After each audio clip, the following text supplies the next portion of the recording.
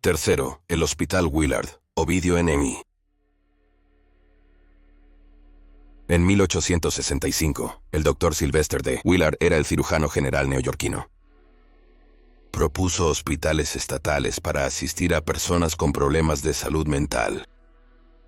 Previo a los hospitales estatales y subsidios sociales, las personas con enfermedades mentales eran enviadas a casas de pobres.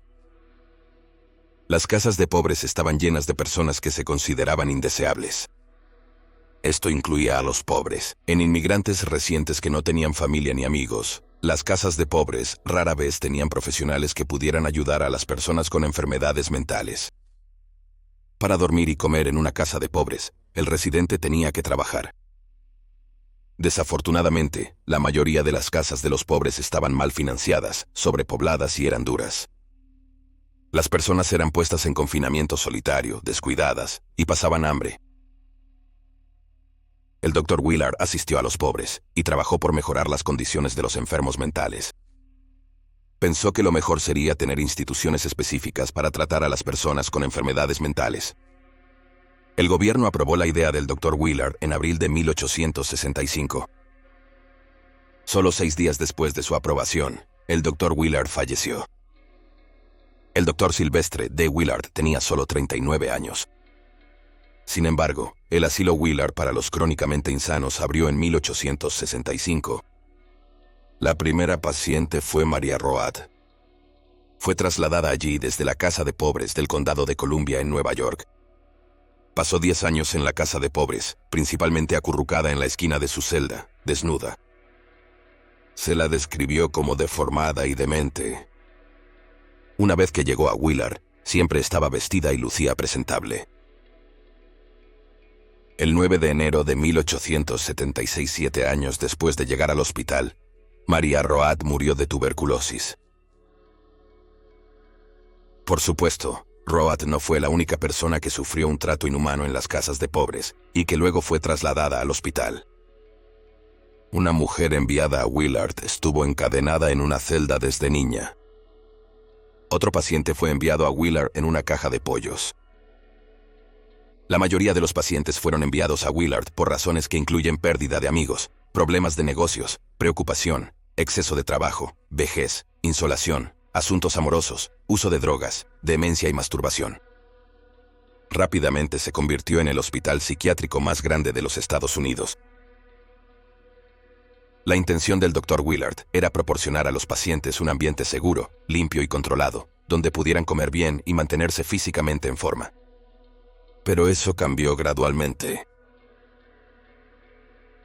Para 1955, Willard tenía 4.076 pacientes y estaba sobrepoblado y con falta de personal. Se administraban antipsicóticos para controlar a los pacientes. Luego fueron metidos en cuartos estrechos. A los pacientes se les aplicaba terapia de electrochoque y se les rociaba con agua en un intento de tratarlos o calmarlos. Los pacientes trabajaban en las salas, en la granja, en el jardín, en la sala de costura y en la zapatería. Tenían que hacer su ropa y reparar y mantener los edificios. Era trabajo gratuito porque no se les pagaba por su trabajo. Enfermedades como tifoidea y tuberculosis azotaron el hospital, a veces sin espacio para aislar a los pacientes enfermos. El personal tuvo que realizar cirugías y autopsias ellos mismos. En los años 70 surgieron leyes para mejorar la atención al paciente. Se concedió libertad condicional a los pacientes, evitando el trabajo no remunerado. Finalmente, el número de pacientes en Willard se redujo a solo unos cientos. En 1995 el hospital clausuró, y los pacientes restantes se reubicaron a otras instalaciones. Willard tuvo 50.000 pacientes cuando estuvo abierto. Casi la mitad de esas personas murieron en el hospital. Más de 5.000 pacientes están enterrados en un cementerio en los terrenos. No tienen ninguna lápida o nombres. Sus tumbas están marcadas por números. Después de que Willard cerró, los trabajadores encontraron cientos de maletas en el ático del hospital abandonado. Pertenecían a los pacientes y la mayoría no habían sido tocadas. Los investigadores estudiaron las maletas y documentaron historias personales de pacientes que de otra manera habían sido olvidados. Las historias se reunieron en el proyecto de maletas de Willard. La exposición se encuentra permanentemente en exhibición en el Museo de Historia de la Discapacidad en Buffalo, Nueva York. Muchas personas en Willard no encajaban en las normas sociales. El objetivo del proyecto era mostrar que estas personas tenían carreras, familias, pasatiempos y aspiraciones, al igual que todos los demás. Una de las maletas pertenecía a un hombre conocido solo como Sr. Lorenzo, que ingresó a Willard en 1918. El Sr. Lorenzo nació en Europa del Este y recolectaba chatarra para ganar dinero. Sufrió una lesión en la cabeza y comenzó a beber mucho. Se mudó a Nueva York y trabajó como limpiador en un hospital. Fue enviado a Willard por ser ruidoso, bullicioso y afirmar escuchar la voz de Dios. En 1937 se convirtió en sepulturero en Willard. Dormía en su cabaña del cementerio. En 1945 el señor Lawrence escribió al superintendente del hospital y dijo que durante 8 años había cavado 600 tumbas a mano. Pidió ser liberado del hospital, pero su solicitud nunca fue concedida. Vivió el resto de su vida en el hospital. El señor Lawrence falleció a los 90 años en 1968. Fue enterrado en una tumba anónima en el cementerio entre muchas de las tumbas que él mismo cavó. Hoy, el campus de tratamiento de drogas Willard posee la tierra y algunos edificios siguen abandonados. Muchos edificios abandonados presentan pintura descascarada, pisos maltrechos y muebles antiguos. El campus de tratamiento de drogas Willard se comunicó con el programa Estado Paranormal. El personal ha visto apariciones de una mujer que les grita. El programa trajo a un psíquico que sintió una ira y tristeza abrumadoras en el edificio. Podía sentir a la gente gritando, «¡Déjame salir!». Mencionó espíritus activos, como una antigua enfermera que regresó para asistir a otros espíritus. El equipo llevó a Lorraine Warren al antiguo hospital psiquiátrico. Warren es una famosa clarividente. Ella y su esposo, Ed Warren, investigan casos de posesiones y apariciones famosas como Amityville Enfield y el caso de Arnie Johnson. En Willard, Lorraine dijo que podía escuchar a la gente pidiendo ayuda. Dijo que los espíritus humanos no podían irse debido a una muerte. Dijo que estaban poseídos por un demonio. Durante su investigación, el equipo de Paranormal State utilizó un equipo llamado la caja de Frank o caja fantasma. Rápidamente cambia entre las frecuencias de FM y AM, y se dice que capta las voces de los espíritus en el ruido blanco. Las voces a través de la caja decían que había 7 espíritus, uno llamado Lucía y un demonio. El psíquico dijo que Lucía murió en el hospital intentando proteger a los pacientes. Después de su investigación, el equipo habló con el superintendente del campus de tratamiento de drogas Willard, y él dijo que Lucía es un espíritu bien conocido en el campus. Un par de días después, el equipo de Paranormal State pidió a los familiares y al antiguo personal del hospital psiquiátrico Willard que se unieran a ellos en una ceremonia para honrar a aquellos que habían muerto. Se han visitado el antiguo asilo, pero no se han anunciado próximas visitas. 2. Kenmore Hospital, Goulburn, Australia. El Hospital Kenmore se inauguró en 1895. Está en 75 hectáreas en Goulburn, Nueva Gales del Sur. Fue una de las primeras instalaciones de su tipo en abrir en Australia. Cuando el hospital abrió, admitió a 152 pacientes. Más de 100 años después, en 1987 tenían varios edificios y muchos más pacientes. Había 8 cuartos para pacientes ruidosos y violentos. Estas habitaciones recibieron el apodo de habitaciones húmedas porque se rociaba a los pacientes varias veces al día con una manguera. Hubo muchas muertes trágicas en el hospital durante sus años de funcionamiento. En 1902, Enrique Jorge Bailey fue un paciente en el hospital. Fue admitido por sus tendencias violentas y homicidas. Estaba atado a su cama con restricciones, y el personal del hospital lo revisaba cada 30 minutos. Un día a las 5 p.m. un asistente lo revisó y él estaba durmiendo. A las 5:05 p.m., el asistente volvió y encontró a Henry colgado de una persiana. Había destrozado sus restricciones y hecho una soga. En 1908, un paciente mató a otro paciente con una roca. En 1917, un paciente llamado Jaime Claxton se suicidó ahorcándose de un árbol. 2 años después, la pandemia de influenza mató a 21 pacientes. También en 1919, un hombre llamado Alston Pablo Broom estaba visitando a su esposa, Ethel Ann Broom, quien era paciente en Kenmore.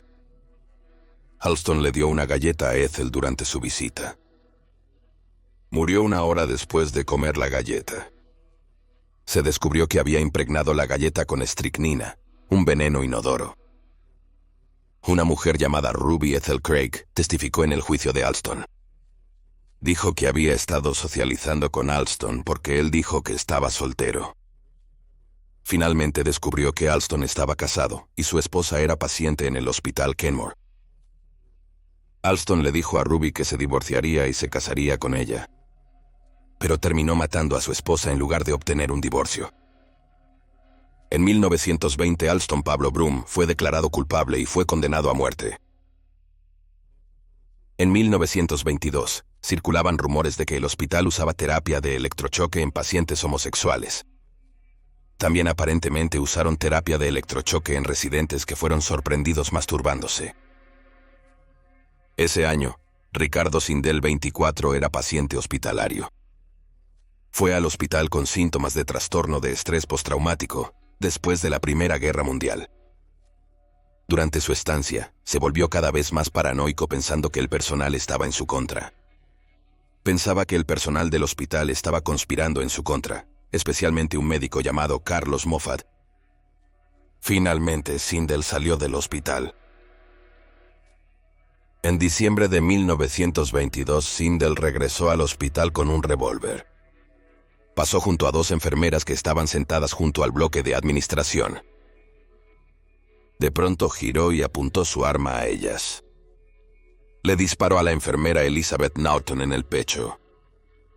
Murió justo allí en el suelo. Sindel disparó de nuevo y la bala derribó la gorra de la otra enfermera. Para entonces, el gerente del hospital se estaba acercando a Sindel. Sindel disparó al gerente, pero falló.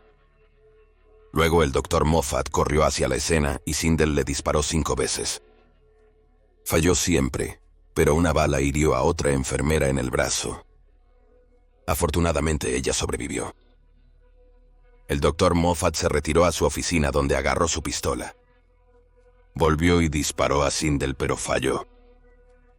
Se persiguieron y terminaron en el jardín donde se escondieron detrás de los árboles y se dispararon el uno al otro. El doctor Moffat disparó a Sindel en el antebrazo. Sindel soltó su pistola y se rindió. Sindel afirmó que había sido hipnotizado. Dijo que le dijeron que volviera a Kenmore y disparara a alguien. En la corte, el colega de Sindel en el ejército testificó que Sindel le dijo que iba al hospital con una pistola para disparar al doctor Moffat. Sindel había dicho que el doctor Moffat lo detuvo mientras era paciente en el hospital. Pero Sindel disparó a las enfermeras porque quería matar a alguien de la institución. No está claro cuál fue el resultado del juicio. El hospital nombró finalmente una ala en honor a la enfermera Norton. En 1939, una paciente de 32 años llamada Monica Scott golpeó su cabeza contra una ventana y la rompió. Luego utilizó un pedazo de vidrio para cortarse la garganta. El personal quedó traumatizado por su espantosa muerte. Durante la Segunda Guerra Mundial, el hospital albergó a personas del ejército que necesitaban atención psiquiátrica. En los años 60, Kenmore contaba con más de 1000 pacientes. Un paciente describió el hospital como una muerte en vida porque eran descuidados y maltratados. Un miembro del personal se quejó del uso excesivo de restricciones en los pacientes. El hospital finalmente cerró en 2003 y 77 edificios quedaron abandonados. En el interior hay un consultorio médico con equipo médico, una cámara de aislamiento, una capilla, morgue, dormitorios y un museo. Aún hay marcas de uñas en algunas puertas.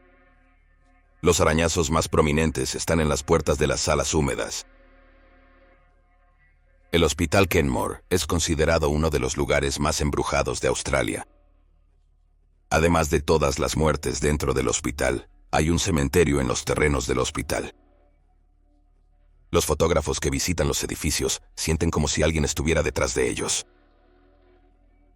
Un investigador paranormal que se hace llamar Bobby C. capturó un video de una aparición que sale de una habitación y gira su cabeza hacia la cámara. Luego la aparición camina en la dirección opuesta a la cámara. Luego, parece que un orbe vuela de regreso a la habitación de donde salió la aparición. Los investigadores paranormales han capturado fenómenos de voz electrónica claros, o EVPs. Un investigador preguntó si había alguien en la habitación. El investigador escuchó a alguien susurrar, Timoteo, en su oído. En otra grabación, un investigador dice, ve hacia las luces, puedes hablar con ese dispositivo, te escuchará. Se oye la voz de una mujer preguntando, ¿qué luz? En la misma sesión de EVP, captaron a un hombre diciendo, te odio tanto. Otra vez un investigador dijo, aquí está agradable y cálido. Después, la grabadora de audio registró claramente al hombre diciendo, sí, todos los fantasmas se dirigen hacia ti. Se ha escuchado a niños riendo, golpes fuertes, alboroto y voces en la investigación. Es común en la casa de fantasmas pedir a los espíritus que golpeen una vez para sí y 2 veces para no. Los investigadores harán una pregunta y esperarán para escuchar cualquier golpe. Un investigador preguntó si los espíritus querían comunicarse a través de golpes. Escuchó 5 golpes. Entonces el investigador dijo, son muchos golpes, y golpeó 2 veces. Escuchó 2 golpes claros de vuelta. Hoy vándalos y exploradores visitan edificios abandonados. Un incendio destruyó un edificio de Kenmore en octubre de 2021. También ha habido un incendio en la antigua capilla. Las puertas de cedro y las ventanas de vidrio manchado fueron destrozadas en la capilla, y el techo está agrietado, por lo que entra agua cuando llueve. La compañía que posee los edificios Kenmore ha dicho que tiene planes para revivirlos, pero eso aún no ha sucedido. La comunidad local está molesta de que los edificios históricos se estén degradando. El incendio en octubre de 2001 galvanizó al Consejo de la ciudad, para ver si se podía hacer algo sobre el vandalismo. El Consejo de la ciudad también dijo que investigaría cómo el propietario está respondiendo a la orden del gobierno, de que cumplan con los estándares mínimos de reparación y mantenimiento. 1. Hospital Poveglia, Italia. La laguna veneciana está compuesta por 166 islas y se encuentra en el norte de Italia. Poveglia es una de esas islas no muy lejos de Venecia. Hoy en día Poveglia tiene algunos apodos como la isla más encantada del mundo, isla de fantasmas e isla de la peste negra. La isla está completamente abandonada y es ilegal visitarla. En 1922 se abrió un hospital psiquiátrico en Poveglia. Pero antes de eso, la isla tenía una larga historia de muerte. La primera ola de la peste golpeó Venecia a mediados de los años 1300. Durante siglos, cada pocas generaciones, la peste surgiría en Europa. La peste es causada por bacterias que se propagan, principalmente por pulgas. Los infectados con la peste bubónica desarrollaban ganglios linfáticos inflamados. A veces se hinchan hasta el tamaño de manzanas. En ese tiempo se les llamaba forúnculos de peste. Podrían terminar sangrando y supurando. Las personas tendrían manchas negras en su piel. Las personas también experimentarían fiebre, escalofríos, diarrea, vómitos y dolores. Hay otra cepa llamada la peste neumónica. La peste neumónica se transmite por aire. Causa gotas infecciosas que infectan los pulmones. Las cosas se pusieron tan mal que los cuerpos de las víctimas de la peste se amontonaban en las calles italianas. Como puedes imaginar, el olor era insoportable. La peste era tan mortal e incontrolada que las personas infectadas eran enviadas a Pavelia para ponerlas en cuarentena. Esto incluía a niños y bebés. Los médicos llevarían a los enfermos a la isla. Los médicos de la peste usarían abrigos largos, guantes, botas y un sombrero de ala ancha. También usarían máscaras terroríficas de aspecto pico. Las máscaras solían estar rellenas de hierbas en un intento de filtrar el aire. Había que enviar una sentencia de muerte a Pavelia. Las autoridades también tenían que hacer algo con los cuerpos muertos. Así que fueron enviados a la isla con las personas enfermas. En la isla, las personas que estaban muy enfermas, ya muertas, fueron quemadas. Sus cenizas fueron arrojadas en fosas comunes. Más de 160.000 personas murieron en Pavelia durante la peste. Se dice que la mayor parte del suelo de la isla está cubierto de cenizas y huesos humanos. Como mencionamos anteriormente, siglos después, en 1922, se abrió un hospital psiquiátrico en la isla. Los pacientes afirmaban ver sombras y apariciones de víctimas de la peste. También escuchaban lamentos y susurros. El médico jefe del hospital intentó entender la causa de los desafíos psiquiátricos de los pacientes. Desafortunadamente, lo hizo experimentando con métodos espantosos que torturaban o mataban a los pacientes. Por ejemplo, realizó lobotomías utilizando un taladro manual o un martillo y cincel. No utilizó una higiene adecuada y no utilizó anestesia. Después de años de estos experimentos, el doctor comenzó a ver espíritus él mismo. Se cree que los fantasmas lo llevaron a la torre del campanario desde donde cayó, pero sobrevivió a la caída. Una enfermera lo encontró en el suelo rodeado por un zorro. Entonces el doctor se atragantó y murió. Ahora se cree que el fantasma del doctor ronda la isla. En algún momento el campanario se convirtió en un faro. Aún así, los locales escuchan campanadas desde la isla abandonada. Se rumorea que es el fantasma del doctor quien lo toca. El hospital cerró en 1968. Hoy visitar la isla sin permiso gubernamental es ilegal. Aquellos que terminan visitando la isla han reportado sucesos extraños. Una de las entradas al hospital abandonado requiere que te arrastres a través de un crematorio. La gente informa que ve sombras en las paredes y que las siguen mientras exploran. Algunas personas incluso son arañadas y empujadas. La gente ve el espíritu de la pequeña María, quien probablemente murió durante la peste hace cientos de años. Se la ve caminando por la isla llorando. También hay un espíritu llamado Pedro que tiene 2 piernas amputadas. En vida solía mover su silla de ruedas por el hospital psiquiátrico. Ahora se escucha su silla de ruedas fantasma en los pasillos del hospital abandonado. Federico es un espíritu que se ríe. También hay un espíritu de una mujer que parece aterrada. La gente piensa que ella tiene miedo del médico que realizó experimentos médicos en los pacientes del hospital. Los visitantes también han informado de ver ojos humanos en el agua alrededor de la isla y caras en las ventanas del hospital abandonado.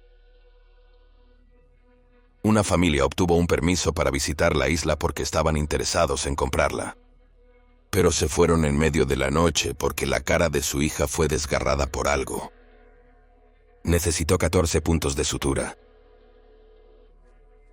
Recientemente, los equipos de construcción pararon abruptamente la restauración del antiguo hospital sin explicación. Los locales creen que los espíritus oscuros de la isla los expulsaron. El equipo de la serie de televisión Aventuras Fantasmales visitó la isla en 2009. Se dice que el investigador Zak Bagans fue parcialmente poseído por un espíritu demoníaco. Reaccionó con ira contra los otros investigadores. Cuando salió del hospital abandonado, dijo que se sentía como si le hubieran quitado un velo negro. El equipo de investigación de fantasmas dijo que olían a quemado cuando visitaron el campo donde se quemaron los cuerpos. En 2016, 5 hombres de Colorado tomaron un taxi acuático para ir a la isla Pabellón y pasar la noche ilegalmente.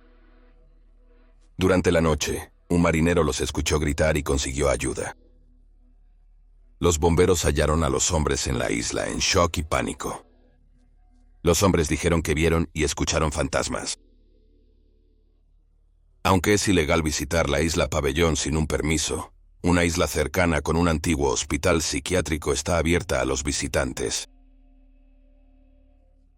San Cérvolo también está en la laguna veneciana y sirvió como instituto durante 250 años, a partir de 1725. Ahora es un museo dedicado a la historia del hospital psiquiátrico. Muchas gracias por ver este video. Esperamos que lo hayas encontrado interesante. Si te pareció interesante, suscríbete. Tendremos un nuevo video sobre lo paranormal cada semana. Si acabas de descubrir este canal, asegúrate de revisar nuestro otro canal, Criminally Listed. Contamos con más de 325 videos sobre historias de crímenes extraños y verdaderos. Puedes encontrarlo en youtube.com/Criminally Listed. También tenemos un podcast sobre casos sin resolver que finalmente se resolvieron llamado Criminally Listed Presents Into the Killing. Lo encuentras en Stitcher, Spotify, Amazon Music y donde hay buenos podcasts. Eso es todo por hoy. Gracias de nuevo por mirar.